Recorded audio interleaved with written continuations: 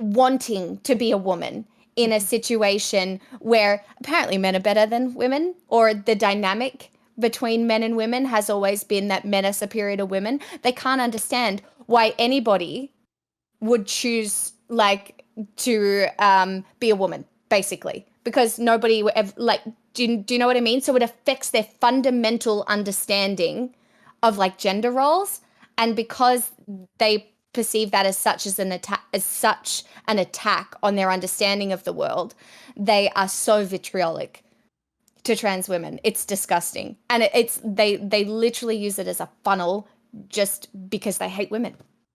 Like, they hate women. They hate the idea that women just aren't, they hate the breaking down. They hate gender liberation. It's an attack on gender liberation. It attacks their, perceived core that men are superior to women. A wife should be submissive to her husband, that whole religious connotation that exists underneath there as well. Hello? Hello. Oh, sorry. I've got my cam down in the way wrong space. Oh, hey there. Hello down there. Where? Oh my gosh. My Discord is glitching so hard right now. Do you see it? Is it because of me being in Australia? Perhaps. I think more likely it's because you've overloaded the servers with coolness, honestly. Oh. True story. I feel like that is a giant long shot. No. Oh, Pix, how are you doing? Welcome in. I'm good. I have coffee. I realized I needed a coffee. I was like, I'd already, look at me, don't judge, okay? But I'd had like a Macca's Coke. Oh, and I was like, okay, that is Macca's Coke? Oh. Like Post-Mix? Like, it's gross. But Macca's? What is Macca's? Is that McDonald's? Yeah. Wait, I forget that nobody calls it that. Yeah, like Macca's, like, no? Is that Macca's? Macca's? How does that happen? What is Macca's? Actually, like, McDonald's have changed their branding in Australia to Macca's because that's what we all call it. So anywhere you go in Australia, it's not McDonald's, it's Macca's. Nobody says Mickey D's. Wow. Nobody says Mickey D's or anything like that. Everybody says Macca's Run. Yeah, let's go. Oh my gosh. So we call Walmart Wally World here. And when I was much younger, my sister would say, I went to Wally World. And I always thought that she was going to like some cool amusement park without me. I was the ultimate sad. So I'm like, Macca's, what is this? Oh, that's wild. Wally World? Oh, yeah, Wally World. And I was like, why wouldn't you take me with you? It sounds like a base water park. I'm like, come on. Getting left out. Probably because she was just buying like socks or something. Right? Yeah, apparently. And I'm over here like, wow, leaving me for water slides and stuff. I see how it is. Do you have the one sister? Yes, and a brother. Yeah. Nice. Yeah, I have two little sisters, so it was a wild time growing up. I imagine. Yeah. Well, welcome in, and thank you for joining us. To anyone that's popping in here, we're doing a feminist Q&A for our Feminist Fridays. Pix, thank you so much for joining me on it. I really appreciate that. And my absolute pleasure. Yeah, I'm hoping to do these once a month, not necessarily Q&As, but like interviews, and just focuses on feminists on the platform and around the internet. So really excited, and I really appreciate you like helping us kick that off. Oh, no worries at all. I'm so excited to hear your perspective on things as well. It should be really interesting. Well, let's get into it then. And by the way, chat, if you want, we have the QA command. If you want to submit any questions to Pix or you can specify who it goes to, or just leave it blank and we'll both try to get to it, or one of us will get to it. But I kind of want to open up with, what does feminist mean to you, and how do you relate to the word, if at all, and just why? A crazy SJW monster. Well, that I think wants to everybody should be a indoctrinate your children. feminist to begin with. But I think I have gone through like many stages with especially the word feminism. Like, I think growing up, I felt a little bit pick me and kind of like move towards the word like egalitarian because my understanding of what feminism was pretty rudimentary Mhm. compared to what my understanding of what feminism is now. And I think that so many people are scared away from the word because of historical connotations. And I think saying that you're a feminist now and speaking about it in a really educational manner and identifying the history and how feminism is progressing and what it means for women, men, non-binary people, like what it means for us all is really important to have more people understand that feminism isn't the big scary word that they think it is, I suppose. Mhm. Um, but yeah, I would say that my relationship to the word has changed over time. My perception of what feminism is has changed over time. Like, as I was growing up, it was very it was the whole girl boss shit. It was just, more female CEOs or Yeah. whatever, that real kind of white girl feminism, like Mhm. climb the corporate ladder and be a mum, have it all, work 40 hours a week in the office and 40 hours a week at home. You'll love it. It's so good. This is equality. Right? And Mhm. when that is just really not quite what the word means to me, at least. What about you? Where has your kind of understanding of the word gone from and to and Oh around? boy. So honestly, I didn't really know much about feminism in high school at all. I'm not even sure if I was very acquainted with the word. I grew up in like a small town in Indiana. Um, if we were taught about it, it was like, oh, well, the suffragettes got voting and now this is over. And I didn't think so. My understanding was like, I understood that people were treating me a certain way because I was a woman or I identified as a woman at the time. And I recognized that it was frustrating and uncomfortable for me for a variety of reasons. But I really bought into the idea that America is where freedom is. We're all free. There's nothing bad like this in the world. And, that goes to also show like my understanding of racism. My understanding of racism was like, oh, the old white guy yelling the N-word at some innocent bypasser. Like, it was very shallow and not understanding like systemically how things impact you. But then I got into college. Oh, Mm. you know how college is. And that Aha, shifted yes, a liberal lot. radicalization is what college is. Or so I've heard. Apparently so. But I actually it's funny. I got the person that was helping me schedule courses was like, you should take this women's studies course if it's perfectly into your schedule and it'll knock out some of your gen eds. And I think you might like it. And I thought, oh my gosh, women's studies, I don't want to learn how to knit. Like, I did not want to take this course. And so I showed up like dragging my feet and they gave me this book on feminism. And I was like, what? Oh. And I quickly became one of the most active people in the class. So turns out it wasn't about knitting, but knitting's pretty cool. I found out that too. So we've grown a bit since then. Oh, that's great. Yeah, so I definitely identify with the term feminist, and I'm glad that I got to learn that it's more about a movement that's continuing and getting to learn more in depth about the history rather than seeing history as something that's like shut and done. Seeing it as we are still in history, we're still continuing history. How does this connect and flow in with all of the other things previous? I think has been a really helpful perspective for me. And that's one of the reasons I fight so hard against people who say, well, you should just call yourself an egalitarian. No. I'm a feminist Yeah. and an egalitarian. But Yeah. feminists are the one who have been doing the analysis on gender throughout history, and they've made mistakes and they've made great strides, and I can learn from both of those. Do not try to disconnect us from our rich history. So I really identify with the term intersectional feminist, and feminism is really what brought me over to leftism. So, Oh, really? That's how you found your way to the left. yes. How did you find yours?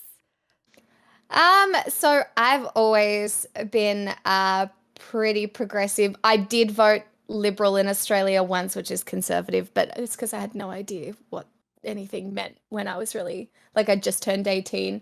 And in Australia, they tell you that the Liberals are the good economic managers. And I was like, Mm. I'm going to vote Liberal because that's how that happens. But I was actually in a lot of like theatre things growing up. So I was always really exposed to very gender diverse people and, you know, very much a part, like growing up, I was very associated with like the LGBTQIA Mm. plus community. And like it was just like that was always because there was ballet. So heaps, all of my boyfriends were like gay and, you know, Oh, I'm over here like ballet. Is that all lesbians? What? But no, no. no, but like there are a lot of gay dudes. And Mm. I mean, to be honest, there's a lot of straight dudes now as well, but like when I was growing up, I had, you know, lots of gay friends and yeah, so that the social progression was always kind of there. I've always been Mhm. pretty left on social issues.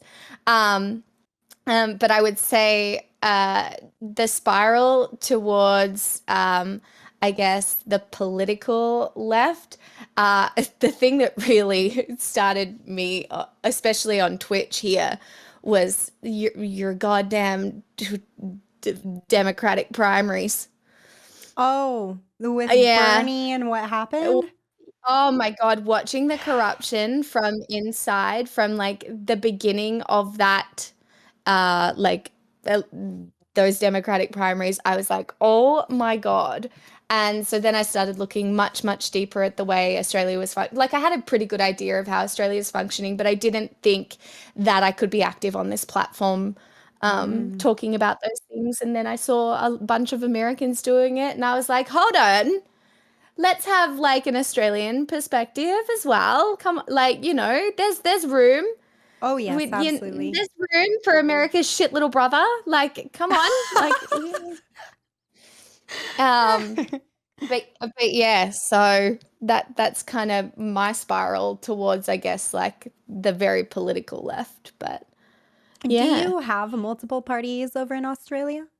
We do. So we have a different system to you where like for example, our current government is a liberal coalition between the Liberals and the Nationals, which is very conservative right wing. Like the Nationals are very populist, very nationalist, Mm. very, and then we've got like the Liberals who are kind of center right, and then a lot of them are very right. But then we also have like a Labour Party and we have a Greens Party and there's a whole bunch of independents, like, and then so it kind of works on whoever has the majority, but you still have to work with people. It's Yeah. yeah, I would say there are less flaws in our democracy than there are in yours in the election process. For example, like mandatory voting, and we have ranked choice voting, and we don't have electoral college. So like there are like a few little holes that have been plugged, but there's the same corruption, there's the same lobbying, there's the same. I mean, the party that's in power now is beholden to oil, gas, all of that. So that's kind of how that functions. And like I spoke to one of the, it's a cool word, shadow minister. So like if you're not in power, if you're not in the party of power, you get the same kind of like role, but you get the shadow minister. So your job is to criticize the legislation that is put through, like by those ministers. So I actually spoke to this really incredible, like super based leftist woman called Rose Jackson recently, who is like the shadow minister in New South Wales for housing, homelessness, and water, which is, I know, a weird kind of like thing, but yeah. And she had All things it's needed.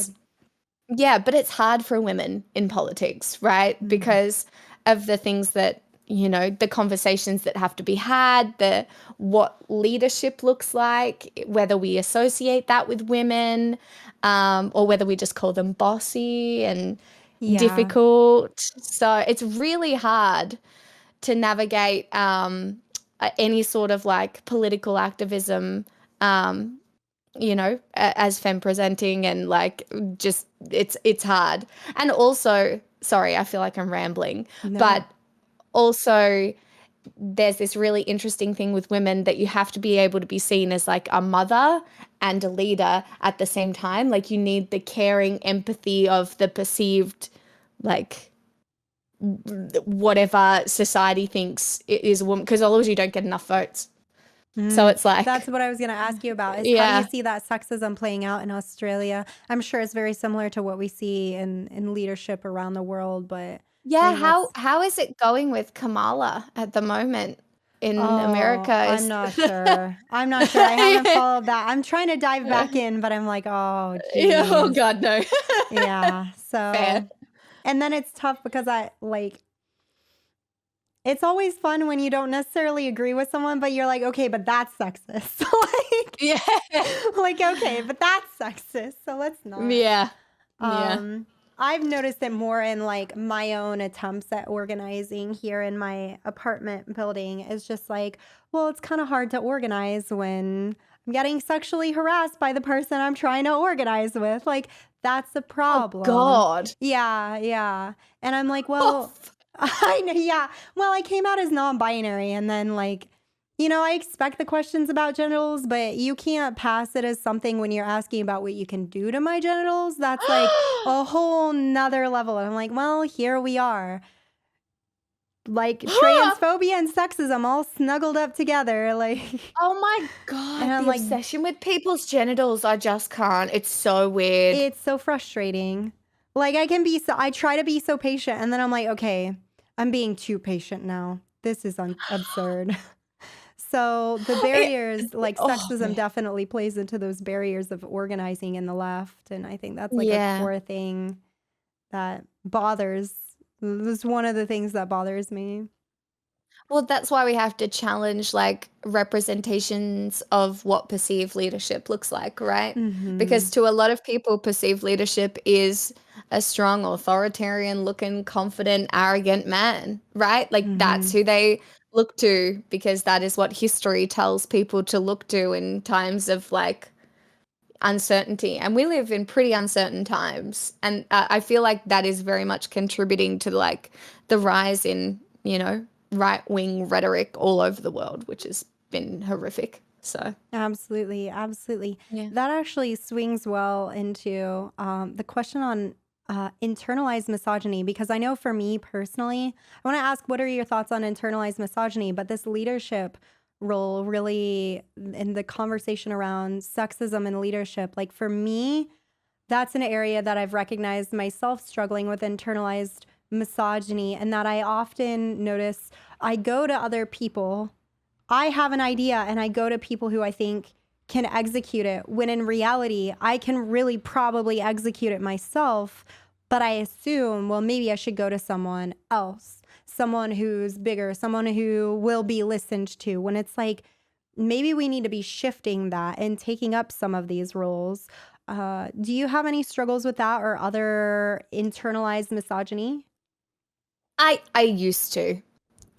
I definitely used to. I think it's something that I think a lot of people experiencing the world from a femme perspective growing up kind of feel like I, gosh, I remember just growing up and wanting to be special and wanting to be noticed by men. Like, and you know, whether that came from Disney movies being like, one day you will meet a prince and then he will whisk you off your feet and you will be happy forever. And then everything will be fine. And then you will spend the rest of your days making a man happy and be a very good woman. And so, like, growing up, it was really interesting because I feel like I lived a lot of my teenage years attempting to be perceived by men. It never happened, by the way. Like I had my first kiss at 18. It literally never happened. But like I would think about it all the time, and I would Mm. be, you know, like that would be something that sat in the back of my head. Um, and then I think the funniest and the most interesting uh, bit of, I guess, internalized misogyny that I only started to realize, um, you know, as I got a little older, was the perceived scarcity of men, like women competing over Mm. men, this perceived scarcity of good men. Um, became a very just like there was a light bulb moment when it's like no, men should not be pitting women against one another to like fight for that. Like, no, oh my God, take a step back. That's ridiculous. And that Mhm. was the time in my life when I was just like, no, I am going to actively foster my relationships with women, and I am going to put so much effort into having good relationships with the women around me. Because I think it's really fulfilling, and I think that it's something that really changes your life for the better once you realize it. Like it happens a lot on Twitch as well, right? You'll see that a lot of women won't interact with other women because of the like perceived scarcity of like Yeah. viewers or whatever. And I was just like, no, when I'm not going to do that. I'm not going to frame my existence around the existence of others, whether it be men or women. It's just about kind of fostering those relationships and attempting to grow together. Do you know what I mean? What about you? I am Is it 100% different? there on that. No, Yeah. I think in high school I really centered my role around like dating someone that would be good to bring home. So I like serial dated really fast, but then like I get upset because I had my own experiences like early on in my life that made me really uncomfortable with people expecting physical affection. And so I'd get out of class and my boyfriend would want to hold my hand and I would want to hide. So I just break up. Like Oh, I date a guy and then like a week later I'd be like, "Ew, he wants to hold my hand too much," breaking up. Like cringe. It I'm was still real bad with awful. PDA. I can't do it. Like so maybe we had, I don't know, but that's weird. That's fair. I'm fine. I'm a very like physically affectionate person. I think the thing that bothers me is when it's expected and then I'm like, "Ew, don't touch me." Like then I get upset. Yeah. But oh geez. I actually have like one of my favorite like hilarious absurd stories to tell is just my best friend from middle school undercutting me 3 times for guys that I liked. 3 times. It's like it was a really intense progression and honestly like I look back now and I kind of laugh. Yeah. Because I understand like she wasn't in a good place and I know it wasn't really her. It was this idea. And so I've had to really accept like this isn't reality. This isn't how women are. This is the mindset of we have to like our value is based on the guy we get and we're in competition with each other for that. And I'm like, I don't want to play that game. And so I agree with you. I think I have fallen into the tendency like I think we're really pushed to find men as protectors, right? I live alone and I don't live in the best space. And so sometimes I feel very physically unsafe.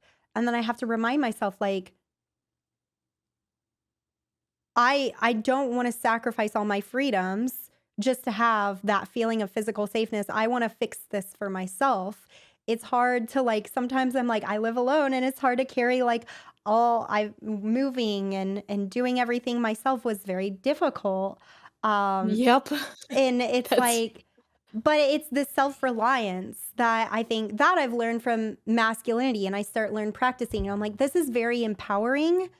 And I want to empower other people to feel comfortable doing these things themselves, because giving myself my own space rather than serially dating men and feeling like that's my like role in life, let me really develop myself. And now I'm like, wow, I can be whoever I want to be. And it doesn't have to be centered around what someone else wants of me, what they expect of me, or anything like that.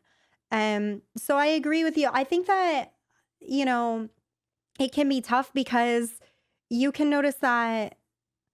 I, I mean, I'm curious if you notice sometimes, well, you did mention it's like this almost this, you have to really work on someone's trust when you're trying to connect with women because of that backstabbiness. And I oh don't want yeah. to say it like all women are backstabby, because that's not the case, but it's that culture of growing up and seeing each other as like competition Well, and it's historical too, though, right? mm, Because for a lot of history, women had very few choices. You were born, you grew up, and then your entire role in life was find a man so you can survive. mhm. Like you couldn't make your own money. Your literal options were find a man to survive. That is why I kind of get a little bit grumpy when people like get mad at women for going after safety Mhm. and even like financial stability or any sort of stability, because I feel like those drives are so much deeper than anybody gives credit for. And yes, they have been heightened by capitalism, and yes, there are like definitely women who exploit that and are very bad about it. But the drive for those sorts of things is like extremely historical. Like we're talking, it's the last 100 years that women have been allowed to have a bank account, vote, like, you know, leave the Yeah. house without a chaperone. And in some countries, that's still not even a thing. Like, Mhm. so it's all still very recent. And so I think that yes, while addressing those drives within ourselves is like super important, um, like I try and be so understanding of other people who still have those things as priorities instead of being like, oh, God, what a gold digger or whatever. Yeah, Like is absolutely. that a weird I don't know if that's a weird take, but No, yeah. I agree with you 100%. I think it goes back to, for me, it's like protecting myself while also trying not to do harm to that other person, because I recognize like I easily could be doing those things. I've done those things in the past, and that person needs space to feel safe, or space to heal, or space to do whatever. So I hear you on that. I definitely hear you on that. And I just agree. Like, because I think we have a tendency to come down pretty harshly on women or people who grew up as women for the safety mechanisms that they grew up being pushed into and realizing are like real. Like, I Yeah. feel unsafe not because of some perceived thing, but because I've walked down the street hand in hand with my friend and my girlfriend, and then been, catcalled while doing that, or because I've been followed. Like, so I hear you on that 100%. Are I mean, there those things can be scary, like, and it can always happen, right? Like, it just sits Mhm. there in the back of your head the I've whole time. I felt it's so interesting. I feel like I've been dismissive of certain things, like how bad catcalling can be, or even misgendering, until I experienced them. And then I was like, wow. Because with catcalling, it's like I had a guy follow me around while I'm continuously telling him to go away, and then walk to where my dog used the restroom because he knew I had to come pick it up, and then yell at me as he's walking around me. And I was just like, and you get that fight or flight sense where your heart is just racing, and you gotta like physically bring yourself down because Yeah. you don't know what's up. Like, It's unfortunate for sure. That's Um, actually super scary. it was horrifying. I literally told him I'm a lesbian. He's like, me too. And I'm like, I Oh, would like damn some it. space. We're outside. You've got plenty of space. Oh, God. It was a bunch of catchphrases. How'd you get so sexy? My parents' genetics. Long stare. Just a crazy SJW monster. The verbal that war that was wants to happening. indoctrinate your children.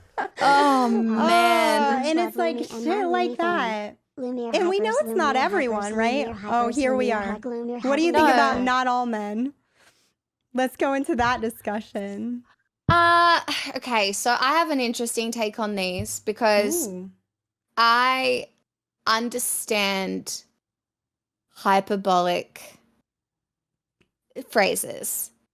Sometimes I don't know if they do more harm than good. Sometimes they work as intended. Sometimes they do more harm than good. Not all men is an important one that you have to be able to explain. My God, Google just went off. So weird. Google wanted in on the chat.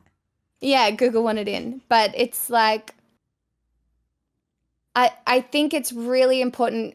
Talking about feminism can be a very jarring experience for men because it feels like a personal attack. And so, honestly, I think that a lot of men's first reaction is like, but I'm not like that. Because it does feel like a personal attack, which is where the kind of not all men thing comes from. And so it's a very important one to explain. And like, I think that like men are trash is a really bad one. I hate Like, I hate it.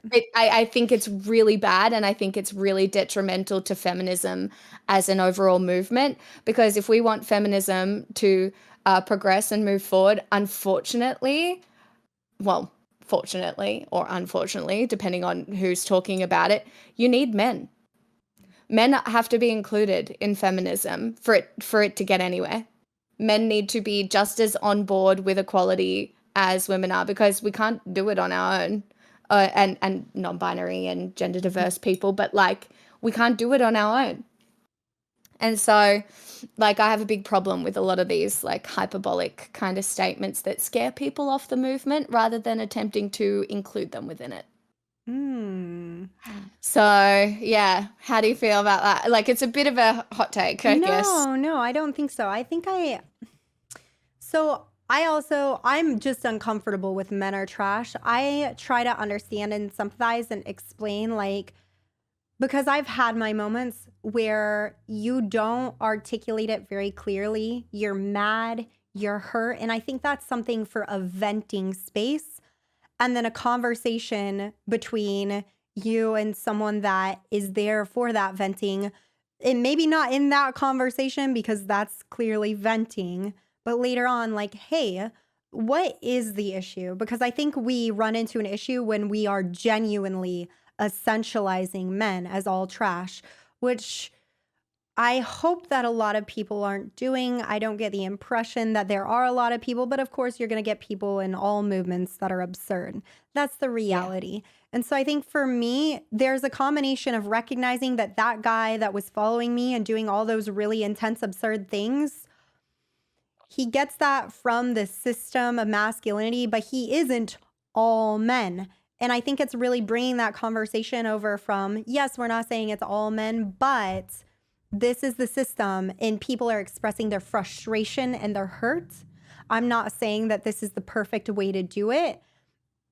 It's hard because you also don't want to tone police either. Like when people have only had negative experiences at the hands of men, tone policing is not the way to go. Which is why I think there's room within feminism for lots of different voices, right? That have experienced lots of different things. But I think it's important that if you have worked on yourself, if you're at a place where you have potentially moved through your trauma, that your feminism is inclusive. But I don't think that is everyone's responsibility, and nor should it be. It's like, it's not, for example, a Black person's responsibility to educate somebody about the systemic racism that exists in America, right? Necessarily. Agreed, yeah. Yeah. And yeah, so I'm there with you on that. So for me, it's like the people who are saying like men are trash, I want to talk to them Just a crazy because I agree with you SJW in that monster it makes that me wants uncomfortable. to Like, indoctrinate your I children. don't think it's helpful in sorry, someone someone just resubbed and it just did a No, hilarious good, thing. good. Thank you, Nova. I appreciate that.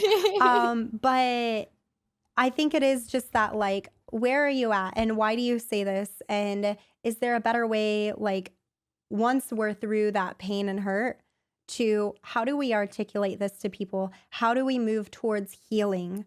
Because I understand that people might vent in ways that, like, if I'm venting and I know I'm being absurd, I try not absurd, but hurt. And sometimes when Yeah. you're hurt, you say some shit. Like, Yeah. and so Yeah. I try to be absolutely. mindful I of that. know. But I also understand like people are human, and I'm like, okay, well, that's where I'm like, here, I'll be here, and let's come chat, and maybe we won't talk about that particular phrase in that moment, right?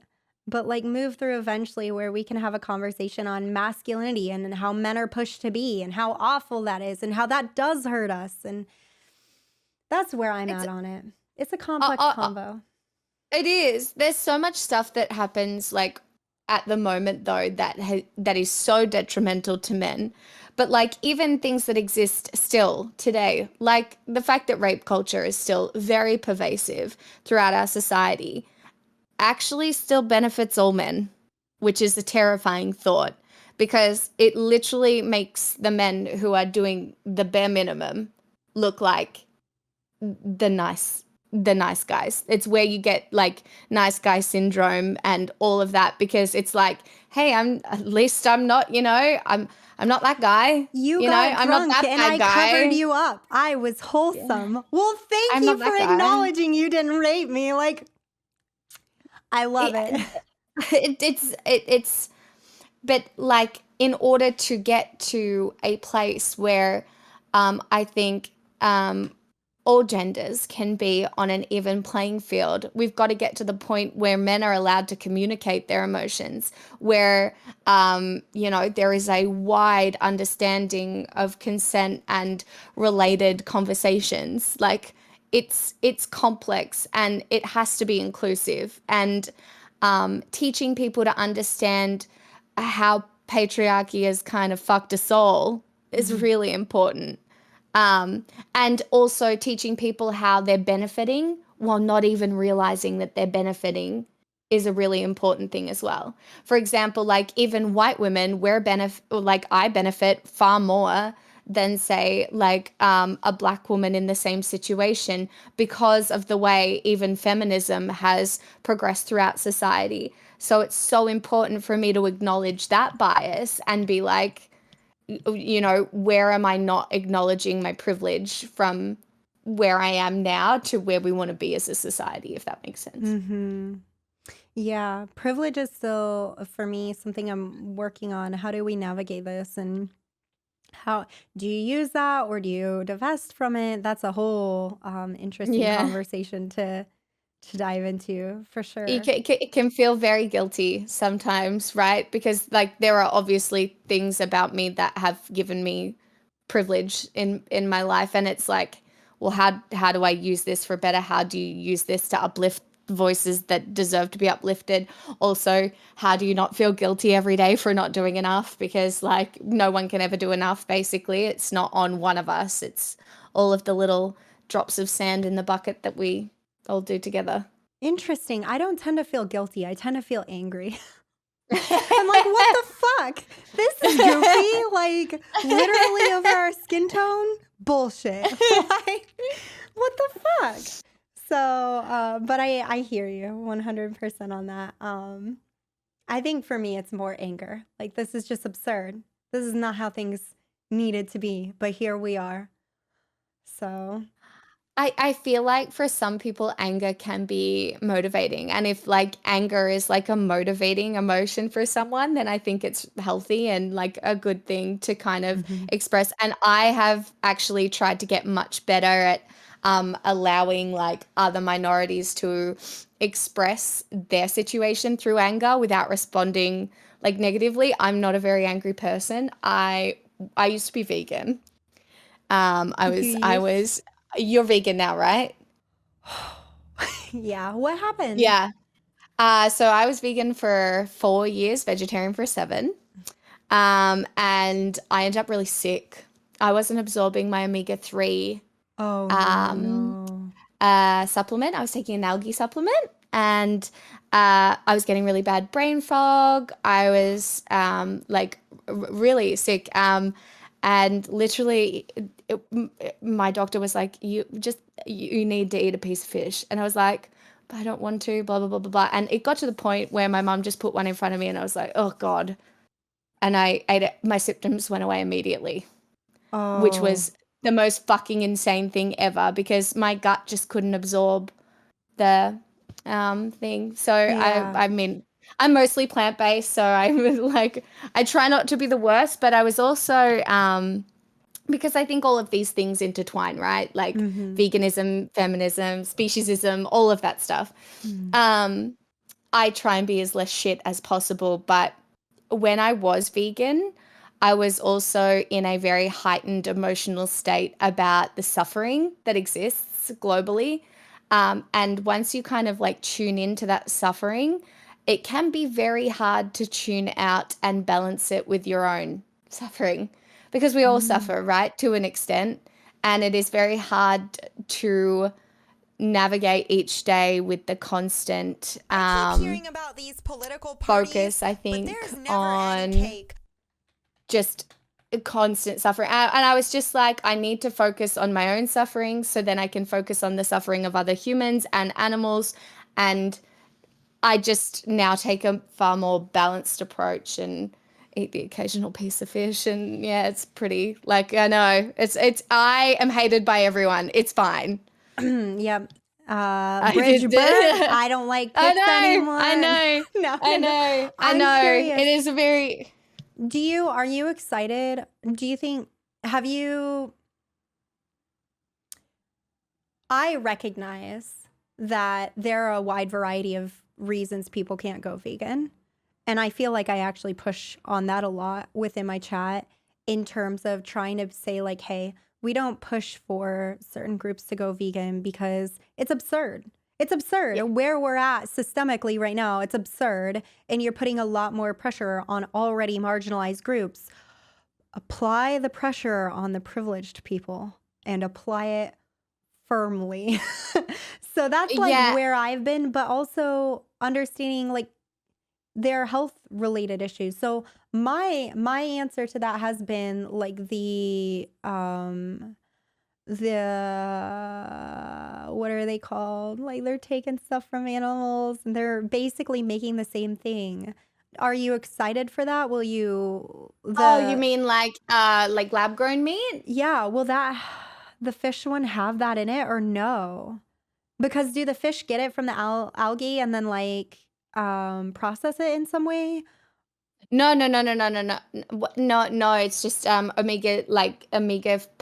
or whatever can be found in algae and fish and some Hmm. other things as well.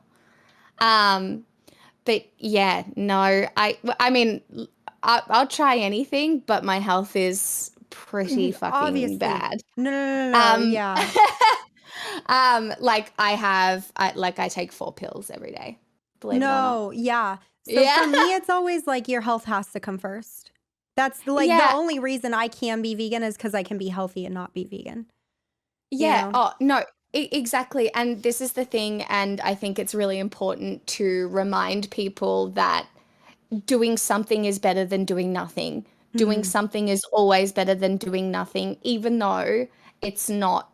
I think perfectionism is one of our biggest challenges to get over in regards to like veganism, feminism, literally any sort of progressive politics, because when you like, if you can't be perfect, well, fuck it. I'll eat steak. Who cares? Yeah. Who cares? I can't be perfect. And it was the other thing. I got kicked out of a vegan Facebook group because I have poodle and I Because you don't have feed a my, poodle? I have a poodle and I don't feed her vegan. She doesn't get vegan food. She gets like mix of stuff, but Yeah, Yumi's not vegan either. yeah, but they kicked me out of goddamn Facebook group, which was mean. It's fine. It's fine. That led I to see. me. No, go. I was just gonna be like, wow, Pixel's here coming out as an anti-vegan. Wow. Oh, it's not Pix hates anti-vegan. all vegans. Oh my You God, heard it here first, no. chat. I think everybody should be as plant-based as they possibly can. But I also think that there is this whole like white veganism thing going around at the moment where it's like really accessible to rich people. And it's kind of almost a little bit like gentrified veganism where they can afford to like eat avocados and shit that's really fucking bad for the environment. Yeah. Or like it's just really, if you're going to look into these things for whatever reason, think about what is the most environmentally sustainable and go from there. Like eating meat is bad, right? Like eating cows, the worst. Literally the fucking worst. But if you're going to get some eggs from your neighbor or whatever, like I think that's so much better than going and buying like 3 prepackaged things in plastic that are going to, so I don't know. It's I understand veganism as a philosophy. I don't know how you found your way to veganism, but I found my way there through fucking a goddamn 2016 vegan YouTube that was like Freely the Banana Girl and like all of that crap. Wait, was Oh that God, the it was person that hell. only ate bananas? She did, yeah. Is she okay? Oh, she made a lot of money, moved off grid, lives there with her boyfriend. They live off grid, they plant their own food. They have a very now privileged lifestyle where they can just like grow their own food, live off grid, swim in a stream, don't have to give a crap about politics or anything. It's just like, cool, we'll just, vibe. Wow. It's honestly, it's not something a lot of us get, Yeah, no, Not I hear a lot you. of us get the opportunity to be able to like move to a rainforest, buy a block of land on a rainforest and grow tropical fruit. But But there they yeah, that's are. where. There they But go. there they are, living their best lives. So I made it to veganism because of feminism. Because of college. Fucking college, I my swear. liberal radicalization at college. Yeah, actually, God. I walked by a vegan and they were talking about veganism and I was like, I was kind of, I'll listen. And so I take a pamphlet and they're like, oh, are you feminist? I'm like, yes, I am. They're like, being vegan is feminist. You can't be a feminist unless you're vegan, which is, bullshit. Right. We've all got our like own things where you can't be everything. Like you can try to support every movement in the ways you can. But that really reeled me in. But I ended up going for the animals. I went vegetarian first and then the vegan was really harsh with me. And I Googled more and I was like, oh, wow, you're right, actually. Damn it. And then I went vegan. But then I like the environmental issues, the worker issues, like how it all intersects became very important as well. And I was just like, okay. So now I am trying to take a more balanced perspective because I relate to what you were saying in that like heightened emotional sense, being aware of like all the suffering happening. And then that on top of like learning about racial issues and class issues, it was overwhelming. And I think that can turn some vegans into responding very understandably strongly to that in a way that others don't understand and seems absurd. And I'm like, you have not had the like, I don't know if I'd call it a paradigm shift or what, but some people are really out there dealing with like a lot of trauma in the world that they don't know how to process and they need to take a deep breath and we got to figure it out. But yeah, so. I think the hardest thing about any sort of like progressive movement is the perceived stagnation and like just the feeling that it feels like we're not going anywhere. Like things are slowly getting better, but everything like being a progressive is about knowing that things need to change now, and then everything feeling so fucking glacially slow that you have to fight back the frustration at every single point. Otherwise, you just turn into like black pill doomer and we get nowhere anyway, you know? So it's Yep. like, I think for me, it's about, I wish that every progressive person had to do just like a 2-week course on how people learn. How, if you drip feed information to people, you can navigate the confirmation bias. You can navigate like the dissonance. You can, it can be very interesting how people learn. And as I said, there is room for all sorts of different kind of educational tactics. But from what I did, my degree at university was forensic psychology. But there was a subject on basically how people learn and like how brains function. And it's so much, like it can take 1,000 times of being taught to do something the right way after you've learned it the wrong way. It can take 1,000 tiny little drips of information, which is a lot, but if you think about it, it's not that many. So like I think there's multiple different ways to approach each of these issues, but for me, I generally go with like maybe Yeah, you you should have eat vegetarian 1 day a week. That'd be good. Maybe 2 days a week? Have I told you about why, oat milk is pretty cool? Not that I can drink it because I have celiac disease, but like oat milk is really cool. It's good for the environment and like it tastes nice, you know? Have you heard of our Lord and Savior tofu? Uh, That's how I am. I'm like, I'm going to show up and just cook vegan for people. I agree with teach them how to cook tofu. That's what you got to do. that is a thing on my list to do, unironically. I taught my niece how to do so. And I mainly did it because she'll eat food if you cook it with her. She'll at least try it. So I'm like, oh yeah, teaching how to cook and getting you to try vegan food. Poggers. But I've noticed this even with, this is like I know we're applying it to veganism, but to everything. And I try to tell chat over and over again, like, monster it's very important that you don't think you're going to children. change their mind in one conversation. You can't, you just got to be chill. And it's so hard because it's like, I talk to, our LGBT community about like, oh, well, you want acceptance in your family? Can't change them in that conversation. And that's tough. That's been tough for me just in my vacation, like having to like continuously correct and be patient and it's like, it takes a real toll. So how do you... It's grating. It is. It's a lot. Okay, I'm going to have to skip one of my questions for now because we got to get into other questions. But one more question from me and then we're getting into chat's questions. Sorry, chat. How do you... I really look up to you from what I see of you being more calm and patient in that sense. And that's something I really try to embody.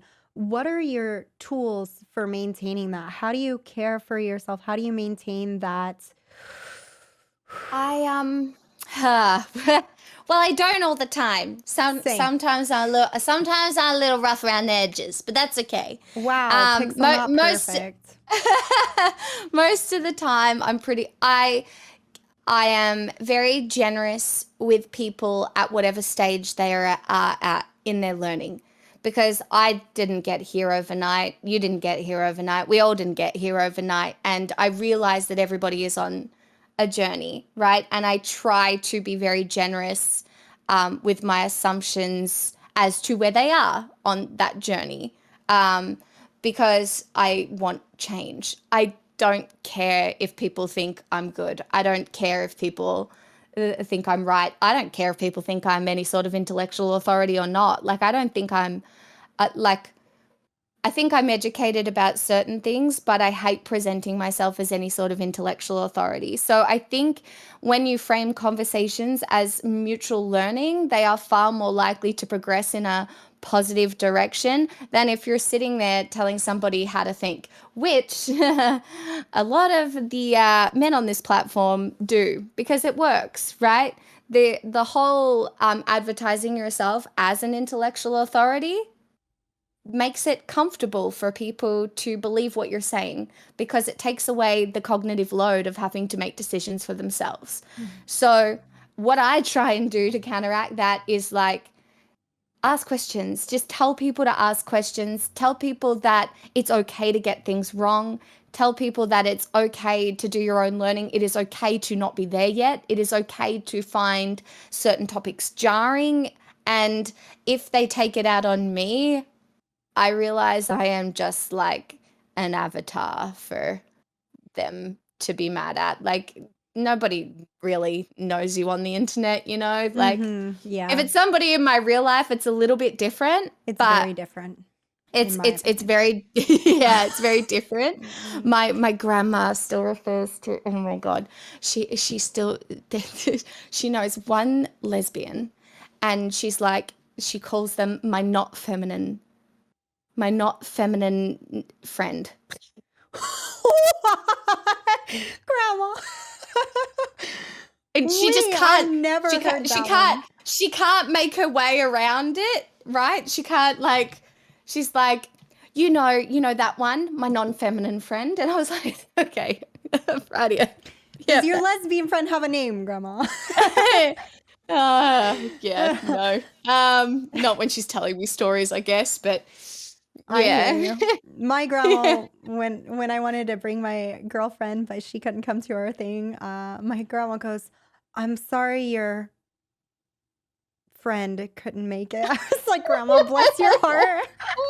At least she was saying sorry. Like, it's the little Yeah. wins. Yeah, it's that's Grandma. the thing. It's change is so slow, and there are people in upper age brackets that we will never get our grubby little hands on with progression. But you know, one day we might be that age, and you know, Doing the same. the grubby little whatever generation it is, then will be coming for us, being like, I can't believe you know, used to do this. Like, you ate meat ever? That's disgusting. You're feral. Like, you know, you never know. Yeah, no, I'm very curious to see how things are gonna happen as we age and what unfolds there. Okay, this is supposed to be a Q&A, Okay. and I have paused it. Okay. So Spooky Mama K said, what would you say are some ways you can start teaching feminism in children? I have 2 toddler daughters, and I want to try and start as early as I can in terms they can understand. I don't want to overload them, but make it a part of their learning as they start taking in the world around them. Well, from what I've seen I don't have children myself, but I nannied my way through university and my sisters are mothers. But I think one of the most important things that you can do if you have daughters is teach them about bodily autonomy, and starting there and being like, nobody has a right to your body. And, you know, and really teaching them that, you know, their body is their being, and that, you know, just starting there, I think, is a really good place. It can be quite difficult. There's this incredible woman on TikTok. Oh, I will think of her username, but because I can't remember it. But she's amazing, and she has 2 kids, and she has a very traumatic past, and she navigates and she explains the situation really, really well about how she parents her kids without showing them. You never see them, but she explains how she parents them, which is the exact opposite to basically how she was parented. But yeah, I think you just got to start small, and like, especially if they're just toddlers, it's just like, no, we don't touch other people. You know, doesn't matter who they are, if they're, you know, a boy or a girl or a non-binary person. Like, you can start pretty like small, I think. and just be like really honest, like, oh no. And the thing with children is you do have to simplify it as well. It's like, no, boys can like dresses, and and really starting with that gender neutrality as well, I think is probably a little bit important. But then just reading your kids and going off what they're asking you is probably like how you navigate the stages, at least, I would be my really, guess. What about you? I really like where you're going at with the bodily autonomy. And that's something like I'm also not a parent. I have a dog, which is nothing similar, but something that's been hard for me is I didn't learn those boundaries. I didn't learn I could have boundaries. So I think what you're getting at is huge there. And I've actually had to learn that so I could, this is going to sound goofy perhaps, but so I could maintain my dog's boundaries because she doesn't like people up on her, and people just are like, oh, she's so cute and little. She's a Shih Tzu, right? Well, she doesn't Yeah. like her face being touched by people she doesn't know. Fair. Yeah. I too don't like random strangers touching my face. It's weird. So I've had to get used to like maintaining those boundaries for her. And I think that if you're not comfortable doing that, that's something that's going to be really important to learn, is saying like, no, she does not have to hug you if she doesn't want to. And I really like, that's something I try to defend any children around me in regards to like, if I go for a hug, I think everyone gets uncomfortable when the kid's like, nah. And I'm just like, Yeah. I literally am just like, good on you. Fuck yeah, Yeah. have your boundaries, except for minus the fuck. But like, I think it's very important to celebrate. Like, it is good. You have your boundaries, and we're not going to make a big deal about that other than, oh, I hear you, and I respect that. And Sorry. I've noticed with my niece and nephew, sometimes they'll go in for I'll go for the hug, they'll reject it, and I'll say, oh, okay. And then they'll come and want to give the hug anyway. And I'm like, that's kind of how I am. Can I reject you? Yeah. Okay. I trust you then. Yeah. So I'm there with you on that. And with that gender neutrality and helping kids understand that, I think one thing I've seen with some parents that want to raise their kids in a more gender neutral way is like, oh, well, my daughter likes pink and likes princesses. Cool. All Yeah. gender neutrality is whatever your kid likes, have at it. Like, let them love it and encourage them to go in other directions and try new things. And if they don't like it, cool. You found something else out about yourself. I love that for you. Like, I love that for us.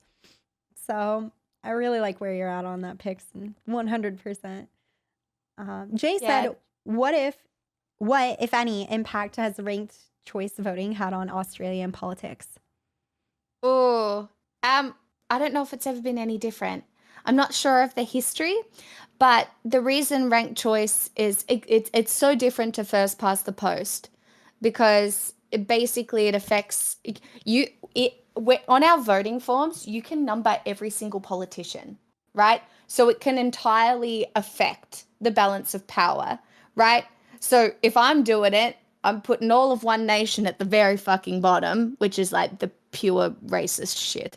And then like you go up to the most base. So then they get more like you can do it all. Where it's a little different to how it functions in America. But I think that ranked choice voting is really important for that kind of I don't want to say balancing of it, but it I think it evens out and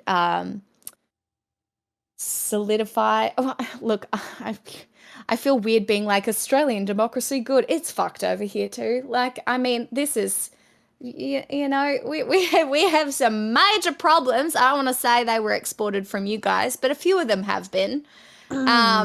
We tend to do that. Like, yeah. Thank you for exploring your freedom rhetoric recently. That's been really fun. Because no, I'm joking. But yeah, we've had a lot of we have some. I mean, the state I live in was called communist for the last however long, and trust me, it's not. Not. I hear you. I got to explain to my brother that Joe Biden is not communist. So I hear you. I feel it. Oh, that's so funny. Yeah, what a time. Good times. Good times. Sandoval says, you cover the news and you exist as a woman on the internet. So you definitely know how bad it can be for women. What brings you hope? Ooh, I like this. Love this.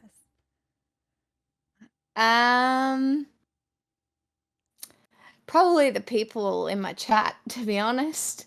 Like the fact that there are people that are willing to listen to what I have to say on an almost daily basis about the things that are happening in the world gives me hope for other women and non-binary and, gender diverse people out there. And like, yeah, I think just the fact that anybody is willing to give me, I wasn't able to talk to people at 22. I couldn't look people in the eye at all. Just a crazy at all. SJW My sisters called me a social grenade. Wants to So indoctrinate to be was children. that? Lumir Snugs, welcome back. honestly, I'm not sure. Potentially undiagnosed autism, potentially, but I don't accept any label. Right? You'll find that you'll see the only label I have on myself these days is I'll use she/her pronouns to support. Like I'll have that label in there. But besides that, I refuse to label I'm any not part your of my mom. identity, I'm definitely your mainly daddy. because I find them constricting for myself personally, whereas I know other people find labels liberating. So, Yeah, absolutely. but yeah, what brings me hope is how much change there has been in me, and it's slow and it happens differently for everybody. But I think if you just encourage people to keep learning, they kind of go about it themselves, right? And I hate the idea of progression for progression's sake, right? This self-betterment for capitalism. I don't fucking know. But I love the idea of continual learning, and I love the idea of encouraging that. And I think it's innately human to kind of want that in some way. And so that gives me hope, because humans are outrageously innovative. We have Just done a some crazy SJW pretty wild monster things. that So, wants to indoctrinate your children. but yeah, I don't My know. favorite Does that non-binary make sense? streamer and That favorite kind of brings Aussie me hope. streamer And then on the other same stream creators, together. Poggers. like such as you, like that gives me hope as well. The fact that there is a growing group of political streamers who aren't afraid to have the difficult conversations, who also aren't just doing it to virtue signal or feel some sense of like intellectual authority, superiority over others. Like I think a lot of people get into this because it's like, I have nothing else, but I can flex my big intellectual dick on you. And that is my personality. My is that big intellectual what? well, like I just feel like there's a lot of people No, who I get hear into you. politics for that reason. It's like, watch me pin you into a logical corner that you can't get out of, and then I'm gonna slam you into the ground because it makes me feel good. Because I'm a big man. Sorry, was that bitchy? Is that too far? Is it too far? I'm like, oh my God. I'm so glad we woke up and chose Pixel today. Oh my gosh, incredible. Oh my gosh. Okay, we're back to the men is trash conversation from Twisted Tensor. Oh my god! Do you think That's not. I just said some. No. This is a question from 30 minutes ago. Yeah. Yeah. Some men, though, just to be clear on the previous discussion. Do you think that the men are trash sentiment contributes to people not taking toxic or predatory behavior as seriously when it comes to women? I used to automatically feel safe around women, but I've gradually come to the realization that they can sometimes be creeps too.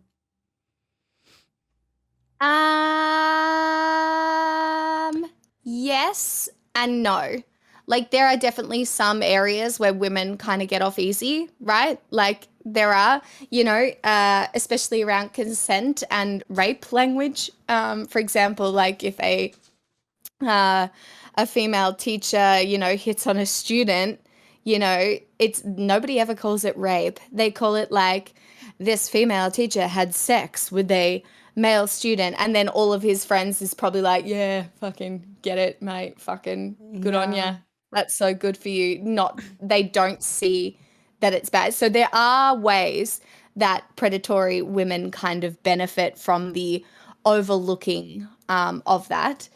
That being said, just when the statistics back up that it happens just as much to men as it does to women, then, I'm not saying there isn't room for these conversations about predatory women. There absolutely is.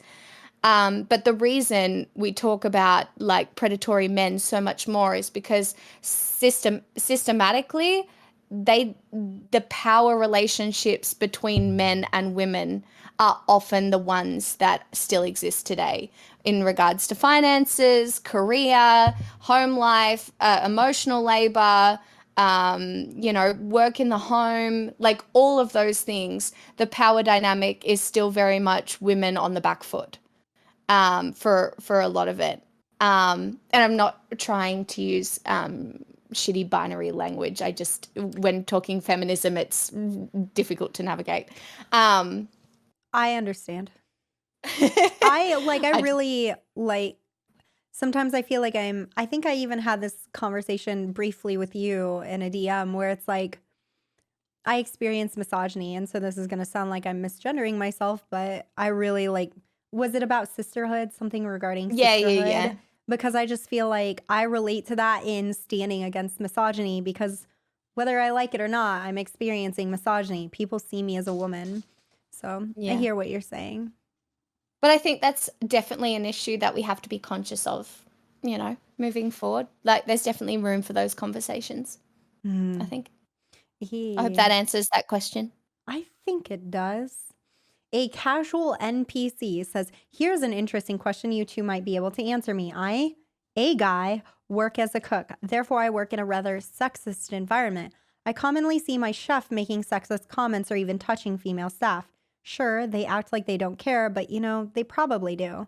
I don't know how to deal with situations. I want to support my female coworkers, but I'm also hesitant to talk up to my superiors. How would you want a male coworker to deal with such a situation? Ooh. I would just suggest treating the women in your general vicinity as human. But that is a memory for me. I used to waitress at a pub, and the chef would drop forks on the floor in order to make me bend over. No. Yep, I knew that was coming. Right as you said drop something, I'm like, and here we go. So at the time, I just considered it normal, fun. And normal. It's not until I got a bit older, because I was a teenager. Mm-hmm. It's not until I got a bit older I was like, ugh, gross. Mm-hmm. And it's so yeah. But to be honest, there were lots of men in there who just treated me with respect, and it can be really hard when there's power dynamics, especially in a kitchen where the chef or the head chef is extremely often domineering. To have gotten to that point, they tend to have very dominating personalities, very bossy personalities. So I would just treat the women I would show rather than attempt to tell, because obviously I don't know what kind of position you're in, if you need to keep the job or whatever, but I would just, do your best to treat the women around you with respect and not engage in the sexist, misogynistic behavior. I don't know. What do you reckon about that? I like the direction you're going. I recognize it's hard when, again, it's your superior, and especially if the women aren't trying to speak up. I, stand behind them if they ever do say something, and be ready to back them up is the only thing I would add to that. Is if they do start speaking up, be right there the best you can. And the reality of that is, and this is where we get into the conversation around privilege, is this might make you have to divest some privilege, and you have to protect yourself in your job as much as you can. And I understand that, but try to understand where your boundaries on that are, and go as far as you can to just stand behind anyone who does speak up if they happen to. And for me, I've had to deal with, like, I'm dealing with a lot of that right now in terms of people thinking that they can just put their hand on my lower back when moving me, or constantly calling me pet names that I know they wouldn't call other men. So kind of have like, pay attention to the situations that arise and be a little aware of like the things that people might say. Because I had someone the other day where I was talking about this issue and how frustrating it is. And this guy, he was like, well, it's just a compliment. And I turned and I had an immediate response because I deal with it so fucking much. And I think having that response of like, hey, this does not happen to other men, and it makes me uncomfortable, and compliments should not make you uncomfortable. If someone is vocalizing, you complimented them, and they're not comfortable, you don't have to attack them for that. You have to rethink your compliment, unless that compliment is really for you. And that was easy for me because it's just some like guy that I don't really know. And like, I was pretty harsh because he wouldn't even look me in the eye. And I go, no, you started this conversation. Look at me. Did you hear me? Because I'm not playing. But obviously you can't do that with your colleagues, so, or your boss or your superior. But just have like, if you can think of in that situation, what are some of the responses that might come up if they do stand up against, whether it's that touching or whatever the case may be. And then have like a slight idea of some of the gentle directions you can go and you would feel comfortable going on that. I think that's helpful too. But yeah, it's a tough one when they're not speaking up. And I think you can only really stand behind and support. I love where you're at though with the like, make sure you're not engaging in that. It's Make hard. sure It's you don't very contribute to the hard to culture. navigate. Yeah. It is. It's tough. It's tough. Like, Because, like, you can make it kind of casual, like, yo, bro, that's not on, right? Like, but it can, yeah. I do feel empathy for people in these situations because, you know, I've experienced it even, you know, where it's hard to call out a friend. Like, I've done it exactly once where someone was speaking to a waitress and I was like, yo, you're not going to speak to a waitress. Like, you're not going to speak like that. And like, I literally just said it out loud because I was like, no, this is not okay. And so, but it's hard. So, yeah. I think the last thing that I've had to learn recently is like trying to make the interaction short. And if you can lighten it in some way, because you don't want it to be like a huge social event where you're like, I have a tendency where I'm like, I'm going to explain to you everything that's wrong in this. And it's like, no, you're making this way bigger than it needs to be. Just don't accept the behavior, move forward and make them make it a big deal. But it's tough. It's tough. I mean, I have a weird one. I hate being called cute. I hate it. It feels condescending. Yeah. Is that why? So, yeah, that's my experience. No, but I think for me, all through my life growing up, the only compliment I ever got was, oh my God, you're so cute. And I fucking hated it. I was like, I will fucking put my boot in your fucking face. Anyway, I just hated it so much. And I still can't stand it. And so like, that's a boundary for me, but it can be a weird conversation because it's a word that people use. Like, and between my friends, it's fine, you know, or whatever, you know, oh my God, you look so cute, I'm dying, or whatever, and it's okay. But on a general basis, like if somebody goes, oh my God, you're so cute, I'm like, please no. Oh no. Please no. But it's like, you know, it's one of those weird boundaries that you like enforce that is specific to you and your experience and your path through life. So it can be different for everyone. So you never know what like the women in that situation, you know, are comfortable with or not. Like everybody draws their own arbitrary lines and like, yeah. It's one of those lovely things about humans that we're all so different and complicated and interesting. For sure. For sure. Oh my gosh, questions are still rolling in. I hope I'm not keeping you too long. No, I'm having a great time. Okay, I've had a perfect. coffee. I'm like wired now. Oh no. Are you going to get sleep today? Oh no. Well, I'm thinking I will take my little doggy for like a morning WA. Okay, can't say the word out loud or she'll lose it. So we never really go for a walk Just a crazy in the SJ mornings dub monster because generally I don't that wake up until wants to like indoctrinate your 11:30. children. So, but I'm Coming not back streaming because we tonight. It's need my day off, wholesomeness so on you Twitter can Oh, vibe in the good, for it. world. good. Lumir love, mirrors Yeah. love. Good. Well, Jim Gito said, as well as believing women, calling out our friends and others when they're being misogynistic, etc., is there anything you feel other people could be doing or doing better to be better feminists? You can use the word feminist. I think that's a big one. I think men get really scared of just using the word feminist and being like, I'm a feminist.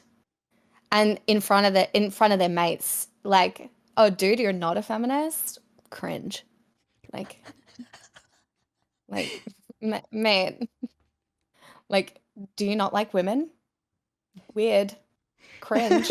Like, do you not like women? I love this. Like, I'd probably want to be a feminist if I were you. Otherwise, like, ooh, gross. Like, I don't know, just to use the word, like, you know? And they'll be like, oh, wait, you hate men? And you can be like, no, I just love women and I want them to enjoy their lives. No, actually, I really like It's not men. really a hot take. It's not really a hot take, you know? Agreed. I'm always like, I love men and that's why I'm a feminist. Yeah. Are you confused? Feminism helps everyone, silly butt. But yeah. Would you like me to list off like 5 different ways that the patriarchy has fucked over men? Because I can. Let me help you out. Honestly, though, I hear you on that. Talking to your guy friends in a genuine manner. And I think for me, where I'm at, like 100% everything you're getting at and everything Pixel is at.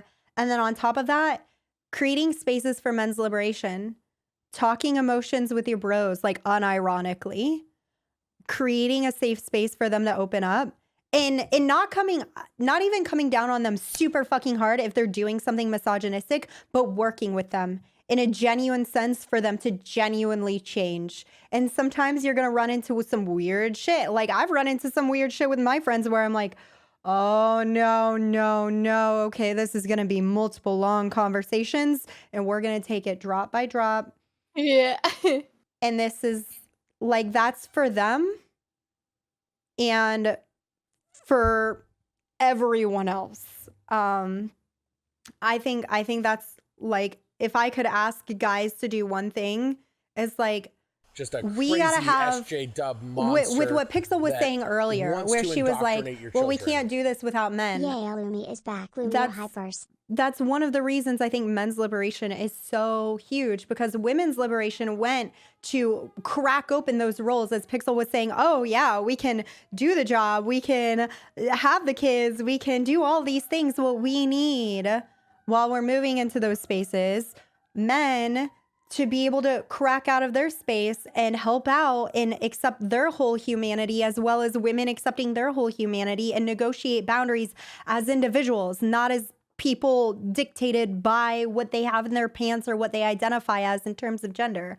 Like, we need that. So men's liberation conversations, understanding men's liberation, and really fostering a men's liberation space that goes hand in hand with feminism and calling yourself a feminist.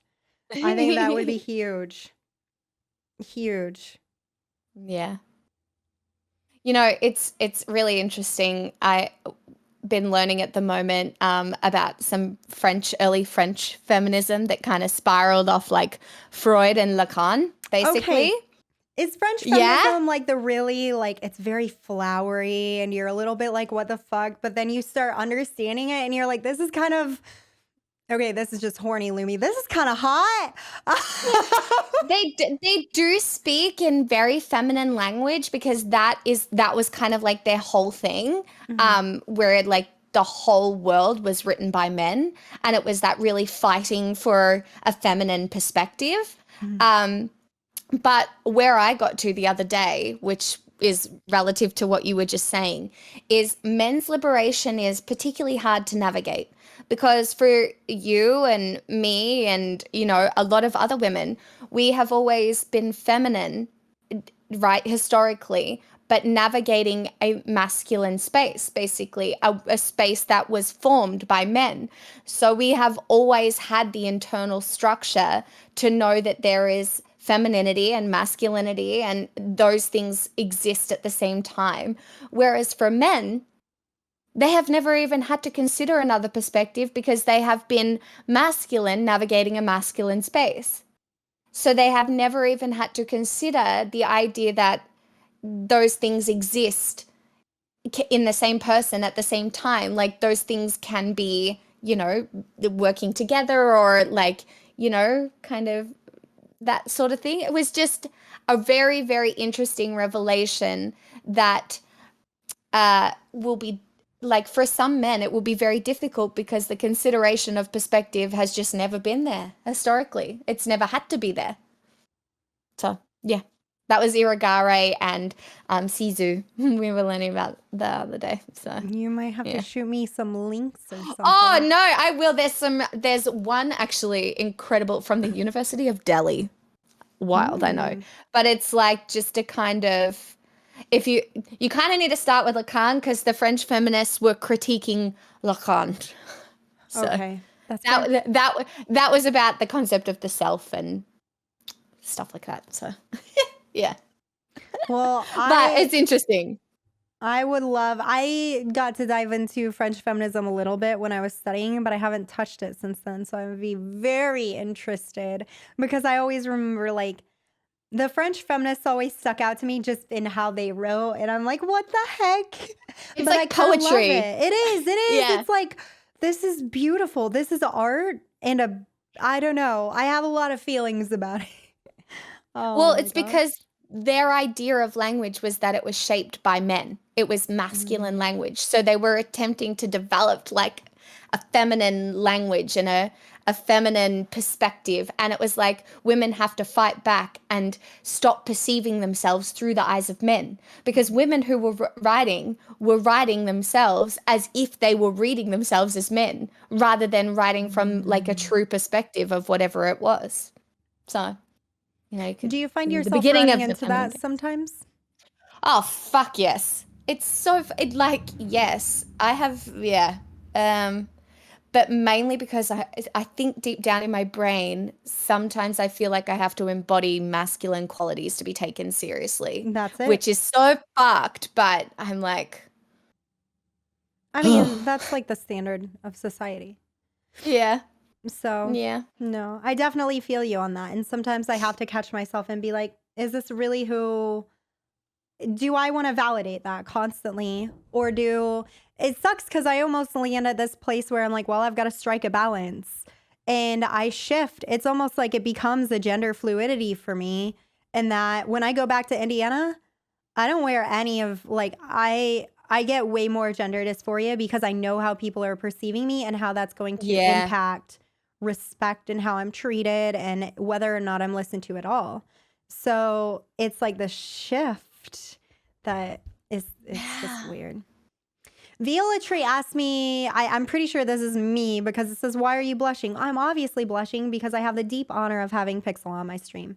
Jack says, how feminism intersects with the Aboriginal community. Thank you both for your time. Well, firstly, most of the time in Australia, we don't refer now to Indigenous populations as the Aboriginal community. It's now like Indigenous and First Nations peoples is like the generally accepted term. But intersectional feminism includes everyone, and that's the thing.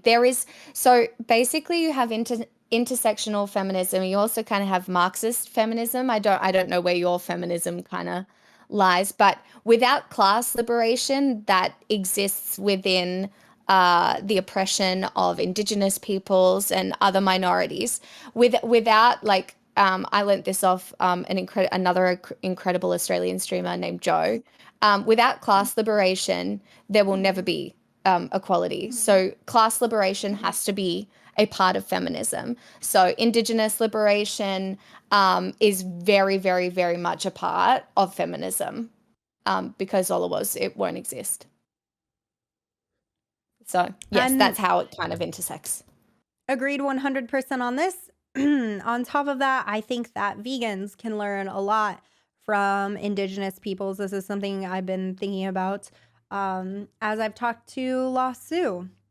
And from an environmental perspective, from navigating veganism in the perspective of like, I'm thinking back to Pix and like her health related issues. And like, I think navigating some of that Indigenous perspectives could help us. Additionally, my conversation with La Sue, I genuinely, as a non-binary person, felt like I could accept more aspects of myself and have been able to do so more deeply because of that conversation with La Sue and understanding perspectives on gender from La Sue's perspective. So I think that, I 100% agree with Pix, and I think that those diversities and that intersectionality, well, a lot of people I think get overwhelmed and freaked out by it. I think it makes us so much stronger, even though it's messier, it's more complex. And yeah, you have to widen your view out from upper middle class white women and suddenly consider a whole bunch of other things. And you're a lot more likely to be wrong because you're not just talking on your own experience. And that's cool, actually, because holy shit, so much learning to do. And there's so much we can do to improve the world. So, and there's so many perspectives we can learn from. Really good question. Thank you, Jack.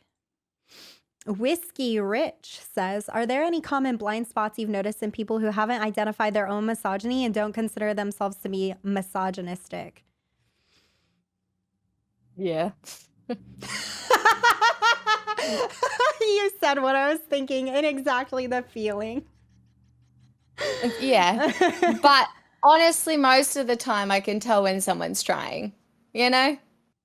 You can tell when someone is at least attempting to acknowledge their privilege. But I literally can't, for me personally, I really struggle if a man tries to be domineering or fucking sigma around me, and do the whole like, or if I act really big and strong and like masculine, then she's gonna find me very attractive. Do you know? Like, I really struggle with that. Like, I'm like, oh god.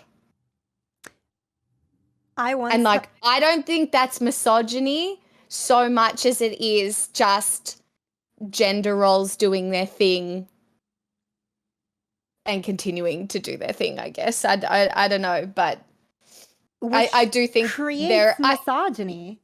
Yeah, it does, because it reinforces this kind of like expected power dynamic, I suppose. There was this one experience, oh my God, and you could just tell he was trying to flirt with me, but he gave me a $50 note. He's like, why don't you go get us some drinks, love? And I was like, I dropped it on the floor. I was like, oh my fucking God. Like,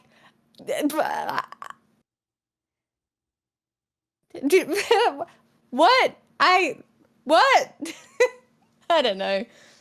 So, I mean, that's the clearest example in my head of like people not understanding how their actions are rooted in misogyny, I guess. When you mentioned the domineering thing, it reminded, I had a guy literally try to stare down my dog and assert his dominance. And I'm like, she is an elderly Shih Tzu. You look silly right now. And I was high and I'm just like, man, like I am too high for this right now. This has to not be real. Like, no. Please stop. And I was like, this is how I know this is not about to work out. Oh gosh, that's so funny. Oh God. Sir, she is an elderly Shih Tzu. True. So I hear you on that. I do think it is just that you're like that gender roles. Gender roles, it's the misogyny built into gender roles, or I think the most difficult one for me in the blind spots is guys not acknowledging what they're after. Because I had an issue with someone who was really, really pushing for sex, and I could tell he was pushing for sex, and I'd call him out on it. But he'd go, no, no, no, no, no, no. And he'd even be like, well, what did I tell you I wanted? Like, and I'd relay the things that he said he wanted from our relationship. But then later it eventually came down and he was like, yeah, I'm sorry. It was over sex. And I think like being able to acknowledge when you're doing something for sex and like genuinely think, are you here for a relationship escalator where you keep going up, or are you willing to genuinely be someone's friend? Like where you are right now, are you happy with that? Is that acceptable to you? Do you value women as friends? And the wild thing about this one is you even have this, I've had this issue with women. I've had this issue with myself and women because we're so pushed into this, like, I don't know if it's compulsory heterosexuality or what, but this idea that you have to find a relationship. That's the most important thing that's going to provide you stability. We need community too. You need friends too. And then I think the one other thing on that is opening up to men. And if you're opening up to men and how, because of how masculinity is in terms of friendship and how masculine friendships are, and they're not very often emotionally vulnerable, they see that, sometimes men see that as it's something more. And it's like, no, no, no, no, this is friendship. Like, this is friendship. And that's okay. And that's another reason when I like with guys, what guys can do is having those friendships and normalizing that you can be emotionally vulnerable with your friends. And that's good, actually. You don't have to fuck your bro just because you're emotionally vulnerable with him. Like, and the same But you with your also friends. can if you want to. Very true. If you that both want opens up, have at it. you know, yeah, That live could your be best pretty life. poggers too. Yep. Oh my gosh. Oh my goodness. Oh, Twisted Censor says, any advice on enforcing boundaries with people? Oh, I have an unfortunate tendency, especially with men, to respond to things in a way that makes them feel like I like the attention they are giving me, even when I don't. Oh, that's a tricky one. Yeah. I'm not very good staring. at it either. I'm practicing this really hard. Practice staring. Practice not laughing. Practice saying that makes me uncomfortable. Practice saying no. And try to not add the thank you. I'm really bad because I normally, like, I'll be massively uncomfortable and then I'll go, no, thank you. And it's the most meek thing. And it's gonna be uncomfortable, and accept that, because it is uncomfortable. Because I'm a compulsive, like, when I'm uncomfortable, I giggle. And it's the worst because people take that the way wrong way. That wants to indoctrinate your children. Unfortunately. Do you not, have you struggled with this, Pix, or? Oh my God, I'm really bad with crossing even my own boundaries sometimes. Because, like, I think there is a part of me, like, I know where my boundaries are, but there's a part of me that's still like, but is it? Like, do you know what I mean? Like, I'll second guess myself sometimes. And it's only ever when I second guess myself that I get myself into trouble, I guess, sort of a little bit. And, like, for me, it's like, it's difficult, but at the same time, I'm also pretty good at it. Like, I'm pretty straightforward. I don't mind, I don't mind outlining the things that I like and the things that I don't. And, like, I have no problem being seen as, like, an aggressive, bitchy woman or whatever. So I'm not afraid, but I also do this thing that's the most annoying fucking thing on the goddamn planet, where even if I say something that is like straight down the line, I know what I'm talking about, I'll go, do you know what I mean? I know what you mean. Just like to soften it just a little bit. I soften my language. So I'll say something that is, you know, I know exactly what I'm talking about. This is like my boundary. Is that okay? Is that all right with you? You know what I mean? Like I'll say something in a like a higher pitched, you know, stupid. I have to stop doing that. It is unnecessary. Like this is just unnecessary. So yeah, but I'm still learning. I think we all are. I have that. I have to go back through my messages and delete all the I think. Like 20 I thinks. Sometimes it's in two. So like I think blah, blah, blah, comma I think. Like stop, Lumi. Oh yeah. Yeah. So I do that a little bit, which is stupid, but yeah. It can be frustrating. But we're all learning and Well, apparently we did it for safety because women weren't allowed to have opinions. So we used to have to like navigate language in a way that allowed us to be like, hello, big strong man. Have you potentially considered that going to potentially war down there? Maybe. Ooh, you're very strong and big, by the way. Maybe not a good idea today. Think, perhaps. Maybe. But it's just, you know, some loose thoughts. Yeah. So like there's just that kind of, I think it's a very feminine trait to soften your language because oftentimes they had to do it for safety. Otherwise you get your head chopped off or something, you know. I mean, even still today, saying no bluntly or even not so bluntly, there have been cases of violence. So exactly. Yeah. Spork has an interesting question that I don't understand. Can we see real Pixel? What does this mean? Oh, it's my dog. Oh, wait, is your dog? Oh my gosh. I named my Twitch channel after my dog. Not realizing I would ever stream and people would start calling me Pixel. Wait, so I'm calling you your dog's name? Kind of. But everybody's like, this is real Pixel. I'm fake Pixel. And everybody just calls me Pix. And I'm used to it now. It's like, it's fine. But that's it, like I stole my dog's identity by accident, you know, so.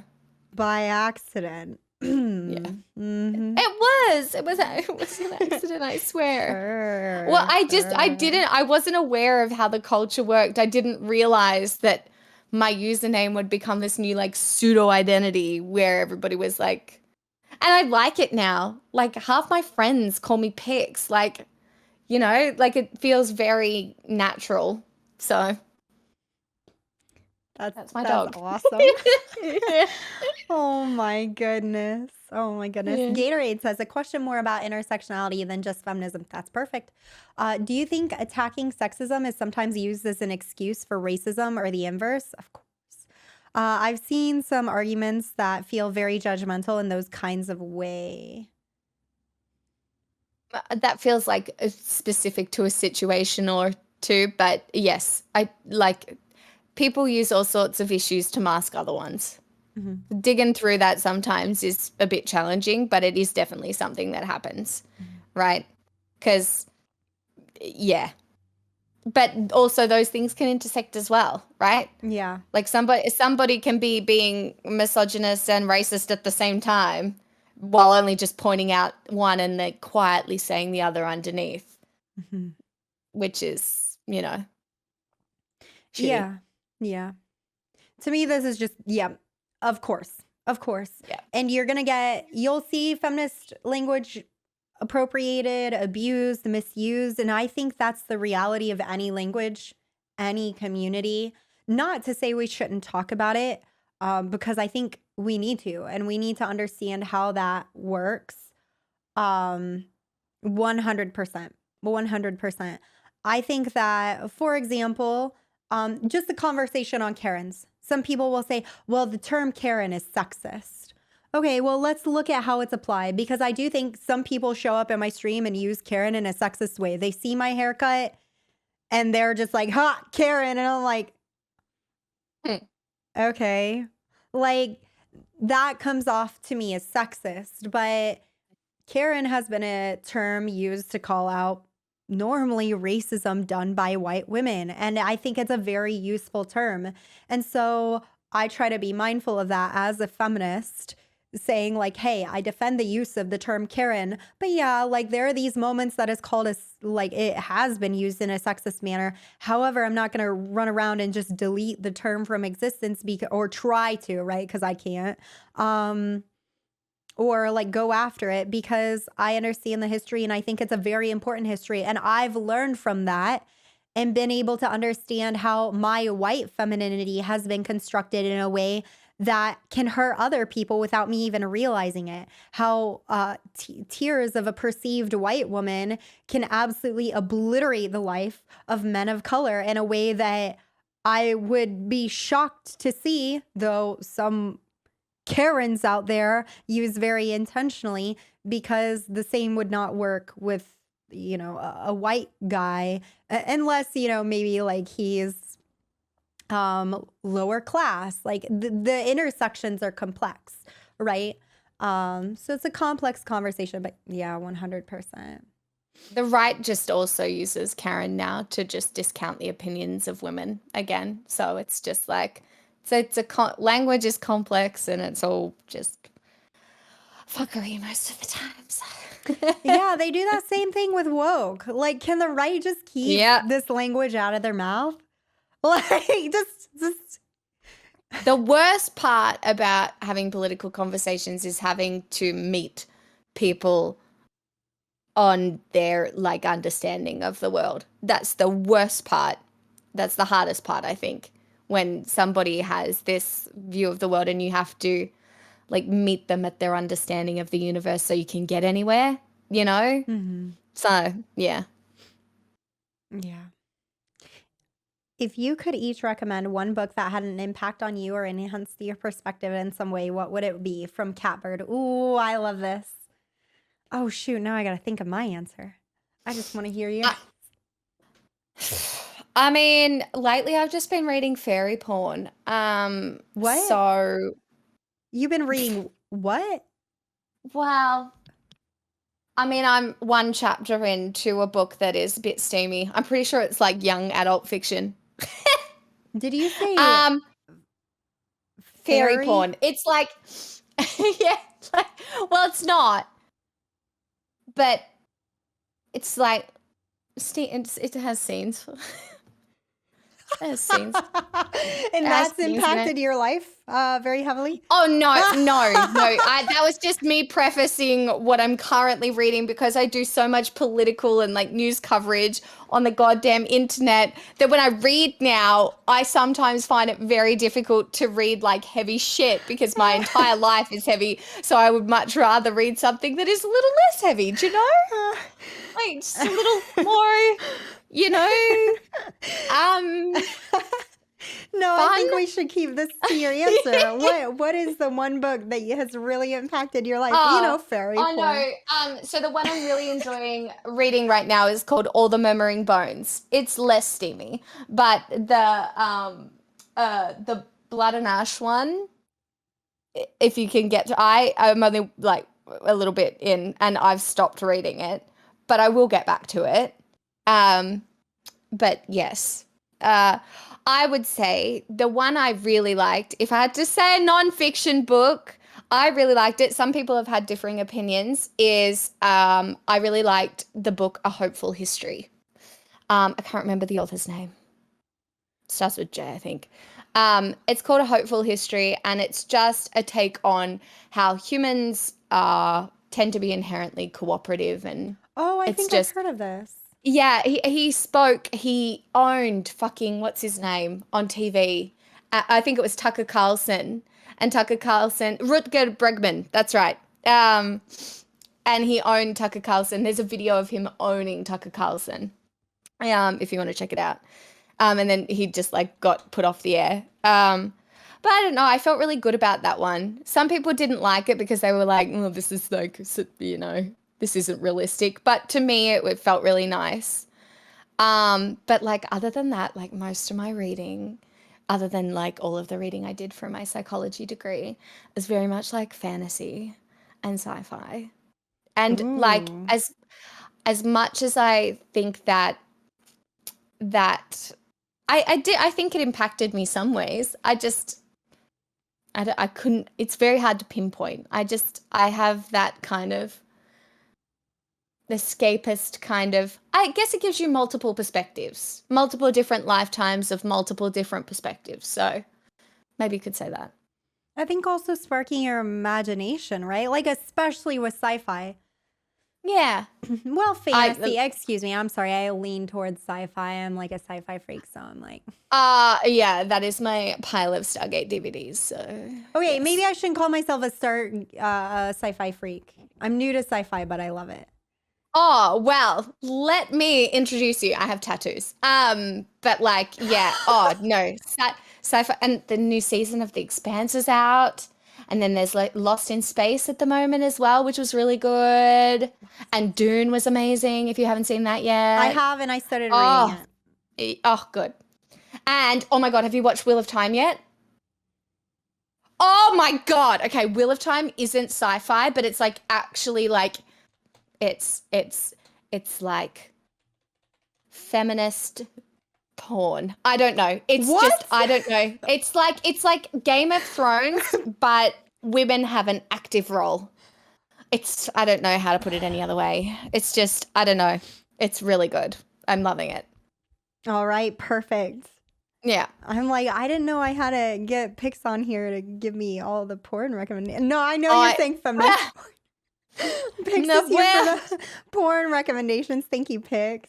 You got to get to episode 6. If you want, you really got to work your way through. It's good though. All right. Highly recommend. Also, it's on Amazon Prime, so we're totally like shilling for our corporate overlords. So, you know. Oh my gosh. Okay, for me, gosh, I don't want to say your book. I don't know. I don't want to say the Communist Manifesto, but wait, you read it? Yeah, it's so short. That's pretty good. You haven't read it? I haven't read it. Okay, maybe we gotta read it together. I've done a lot of reading around it. I just haven't read the actual book. You probably, with all that reading you've done around it, you probably could have read it. It's so short. Yeah, probably could have. It's so short.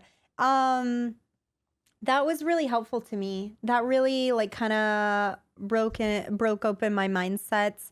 Especially like the history section of it. I don't know if you'd call it like the history section, but that was really helpful to me.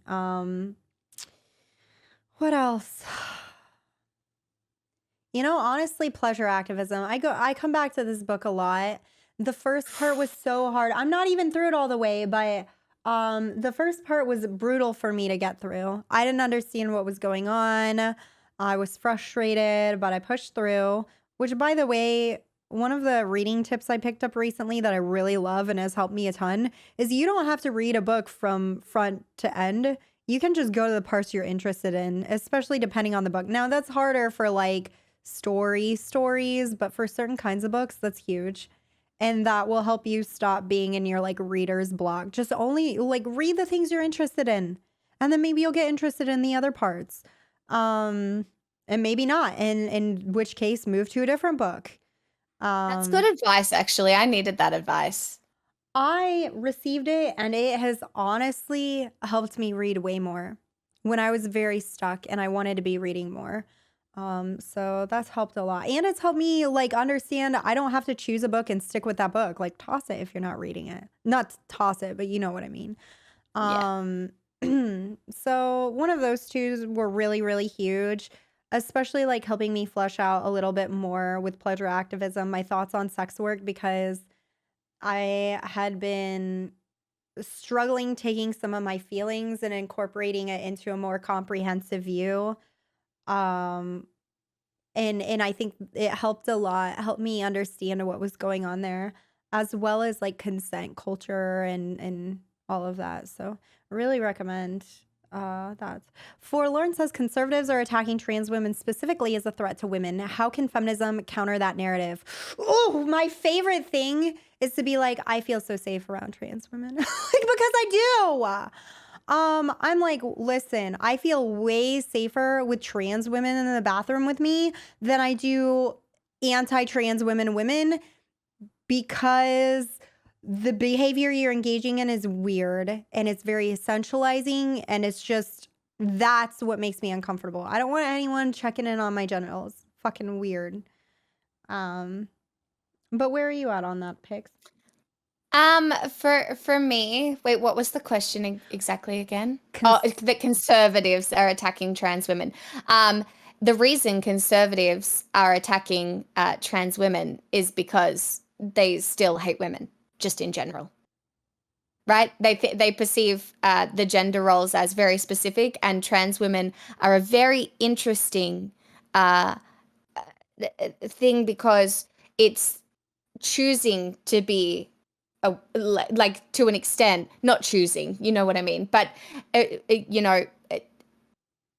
wanting to be a woman in a situation where apparently men are better than women, or the dynamic between men and women has always been that men are superior to women. They can't understand why anybody would choose like to be a woman, basically, because nobody would ever, like, do you know what I mean? So it affects their fundamental understanding of like gender roles, and because they perceive that as such an attack on their understanding of the world, they are so vitriolic to trans women. It's disgusting, and they literally use it as a funnel just because they hate women. Like, they hate women. They hate the idea that women just aren't, they hate the breaking down. They hate gender liberation. It's an attack on gender liberation. It attacks their, perceived core that men are superior to women. A wife should be submissive to her husband, that whole religious connotation that exists underneath there as well. But yeah, I think that's why conservatives are particularly vitriolic towards trans women. Yeah. And sorry if my language was muddled there at all. I didn't mean it to be. No, I caught you, but if anyone in chat has questions or wants to, like, this is a learning space. But yeah, the way they're perceiving it is a man giving up these privileges and the ability to be what a man is, which is something, held in very high regard from that perspective. And I think you see a very similar thing towards gay men. Whereas with women, it's like a little condescension, this assumption that you can never be truly a man, or that lesbians aren't, that serious. We can kind of fuck them out of it. They just need to be fucked by the right guy or whatever. Whereas when men choose to do it, I feel like it, or people they perceive as men, right? And they want them to be men, it really fucks them up. And it really starts breaking that down. And if we're talking about TERFs specifically, that's like a different kind of thing. If we're talking about TERF women, it's more because a lot of like second wave feminism was solely around like sexual liberation, which is like very based on perceived genitals, which is like fucked up. And it's this whole gender liberation discourse that the TERFs like, don't like as well, because their entire feminism was based on this whole concept of sexual liberation, and they feel as though their safe space is being invaded and attacking the basis of what was their feminism, and it's like ridiculous. And so that's why conversations around gender liberation is really important, like right now. Like it's really important, because otherwise we won't get anywhere. But that's why I'm just trying to give you a history as to, well, not why, but one of the reasons why those kind of older feminist TERFs, like, the one that wrote the book, the one I'm talking about, but like you can see where it came from. There are 2 books I think of now, Harry Potter and Irreversible Damage. Yeah. But yeah, I would just follow up on, and then you get that added flame in there that plays so well with TERFs and conservatives of like, well, we got to protect the women. That plays into that benevolent sexism. And who is better than white women and children to fearmonger about some group that's doing some perceived societal harm? Meanwhile, they're okay. White women are okay. We're gonna be all right. Like, there was also like the whole period in Hollywood where trans women were basically depicted as murderers and, degenerates and stuff, where, that has probably played into the narrative as how people perceive, but also like just the concept that something is degenerate, I think, like cross-dressing or anything like those perceived connotations that is inherently degenerate, or that the idea that underpins all that is that being feminine is like having like this evil undertone where you're just like out to get anyone, like, so. And then I just, yeah, it's really interesting to like delve into all of the sociological things that play into the perceptions that people have, which are gross. absolutely. There's a really Okay. good video on YouTube about that, by the way, if anyone wants to check it out. Ooh, by I can't remember. I watched it on Riverboat Jack stream. ooh, nice. What was it called? It was like Hollywood and the depiction of trans women. I think you Was it could by probably Jesse just type Gender it in. potentially? Was It it might have newer? been. Yeah, yeah, yeah, Because yeah, I yeah, want to yeah, see yeah. that. Oh, I Yeah, want to yeah, see yeah, yeah, that. yeah, yeah, yeah. I think it was by Jesse Gender. Jesse Gender is a gem. Oh my gosh. Okay. Jack says, "What the dog doing? Are both of our dogs sleeping?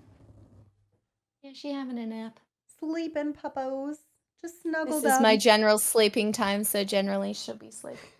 Okay, one last question, and then maybe I'll let you take a walk or sleep or something. Yeah, wookie wookie. And that was, is there anything you like about womanhood, or your womanness? What even is that to you? That's a whole question in itself.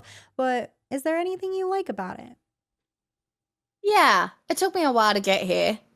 I grew up kind of experiencing like, oh God, I wish I was a boy. Like life would be so much fucking easier. But I was also like a ballet dancer, and most of my life was very kind of like, I guess, traditionally like gender role feminine activities, I guess, singing, dancing, those kind of things. And for a while there, I was comfortable in that femininity. And then I started dressing a little bit differently. There was a lot of black, a lot of boots, a lot of whatever. And you'll notice, like on stream, I would always wear turtlenecks. I would always cover up because I hated the idea that I would be perceived as like, I was like, no one will take me seriously if they know that if they perceive me or whatever. And then something clicked in my brain, and I was like, if you wear turtlenecks all the time, you are constantly adapting your behavior for men still. So you need to stop doing that. And so I think that was when I realized just do what makes me happy, right? Like, and I have found a strength in, I guess, my femininity, which I enjoy. I really do. I think that feminine qualities can be very powerful. Empathy is very powerful. Communication is very powerful. And I think I've begun to like it. Who knows if I'll like it forever, but I have begun to kind of comfort into it, right? Like I would always dress jeans, leather jacket, boots, always. I never wore anything else. It was literally jeans, leather jacket, boots. Now I'm like, dress, leather jacket, boots. I know shift. It's not even, but because I have always felt like a woman, right? Like I have always, like my problems with gender haven't been with my experience as a woman. It has been more about how other people perceive me as a woman, I guess. So, you know, there are definitely things I like about it. I like doing makeup. I know that's like my most basic bitch, like feminine qualities are that I enjoy doing my makeup. Like I have been trained by the patriarchy to enjoy this shit. Like I find it fun, meditative, like I don't know, I just enjoy doing it. What else? So basic, bitch. I can't believe you're over It's here so enjoying basic. art. I know. Enjoying art. Holy shit. Art you put on your face. Okay. I don't know. I think makeup's awesome. I just have so much fun. I agree. It's meditative. It gives you your own time to yourself where you just focus on, to me, it's art.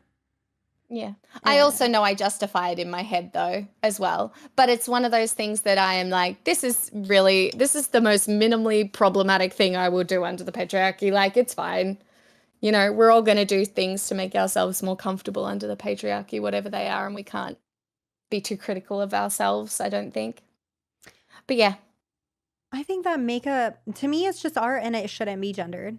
I understand, like, of course, you're coming from makeup from your own perspective, and that changes everything as well. But yeah, it's been a thing as a non-binary person and feeling like, what makeup? What is that? What style? Also, what styles, you know, are gender affirming as well, right? Because like some styles of makeup are really like, I guess, perceived as femme, whereas like other styles of makeup, you can pretty much do whatever you want. Like there are some really cool styles out there that you can experiment with. Okay, I have sparkly freckles on today, which is, you know. That's fun. Yeah. I said that was our last question, but Spork said, will you share your amazing Irish accent with Lumi? Oh no, it's not very good. It's so bad. It's actually like my chat called it a fucking hate crime. So it's not great. Honestly, my chat they're pissed off right now because like I should never do this. It's very bad.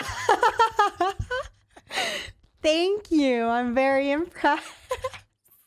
My American accent is actually my good one now. Wait, like, what? Yeah, it's like so good. Yeah, I can actually do it pretty good. So like, yeah. As an American, what the fuck? I know.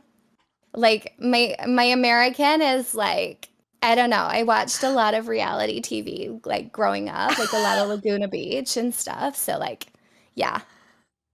I know, kind of embarrassed. Oh my God.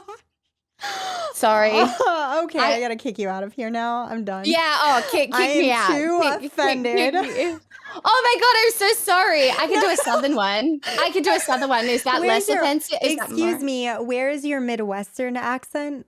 I'm from the Midwest. I don't know how to do a Midwestern one.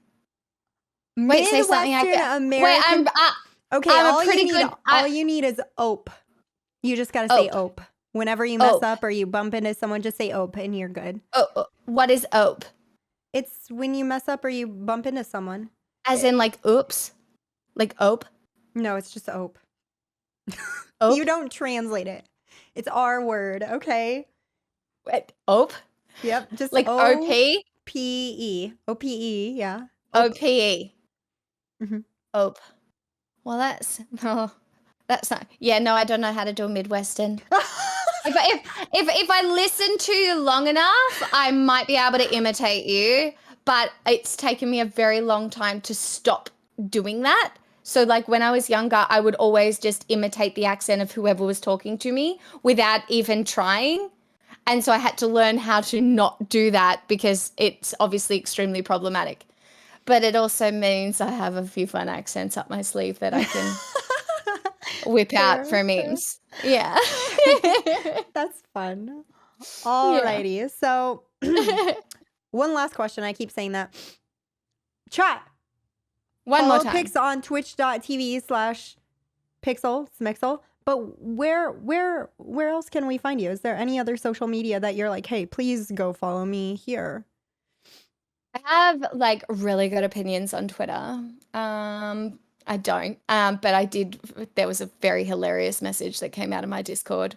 Apparently, it was copy pasta, but it was the fucking funniest thing. I think I saw it. Oh my God. Was it related yeah, it was, to like seeing a woman or something? Yes. Oh my God, it was so fucking funny. Oh God. But yeah, no, I mean, whatever. Like, you can follow me if you want to. I'm very cool, very fun, entertaining, great, you know. But I only stream when you're all asleep, so sorry about that. But yeah. I have a quite audience that's not 100% from America. Obviously, we all probably do, but maybe they'll get to swing over. All right. Well, Pixel. and everybody in mine, I think, probably already follows you, but if they don't, everybody has to go follow Lumi right now because I said so. Of your and own free will. Yes. Well, no, absolutely, because I said so. And if not, I will be kicking you out of the goddamn community. That's right. There are consequences. Sorry. No, I'm joking. There aren't. Yes, there are. They're not. I mean, there aren't. Anyway, thank you so much. Thank you it's my so pleasure. much Thank you for having me on. These were great chats. Thank you for the 2 hours and 15 minutes of your time. I really appreciate it. You're very, very welcome. I hope to catch you for another of these in the future. Yes, absolutely. Bye. Have a lovely afternoon. You as well. Up north. Okay. Oh, wait, hold on. Here's my doggy. Oh, shoot. She's decided she wanted to cuddle. One moment. I gotta pull up. There we go. Aww. I was gonna ask her name, but I think we all already know it. Yeah, she's so cute. She's so cute. Yeah, we're gonna go for a walk now, aren't we? Yes, we are. Anyway, thank you so much for having me on, and I will talk to you soon. Bye, everyone. Talk to you later. Bye. Bye. Oh my gosh. I did not mean for that to go for 2 hours. Pixel is up super late to deal with our silly butts. That was really kind of her.